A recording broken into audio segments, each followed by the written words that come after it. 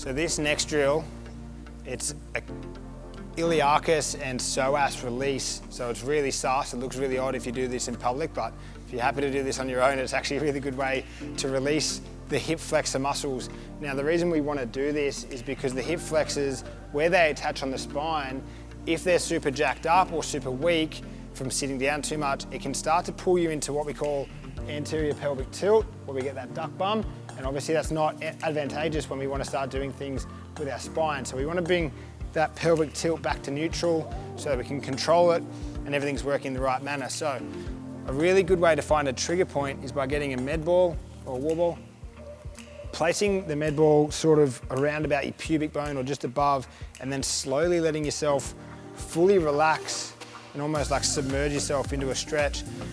The thing you want to focus on here, you've got to work it out on your own, but what you want to do is relax the transverse abdominis, so really relax the midline so that you can get deeper into the actual hip flexors themselves. And it just takes a little bit of time to get used to it, but once you do, you're going to feel like you're about to shit yourself or potentially be sick. So when you find that, that's what you're looking for, and that's when you know you found a good stretch. And you can just sit there for about 60 seconds or so until you feel like you've released the hip flexors.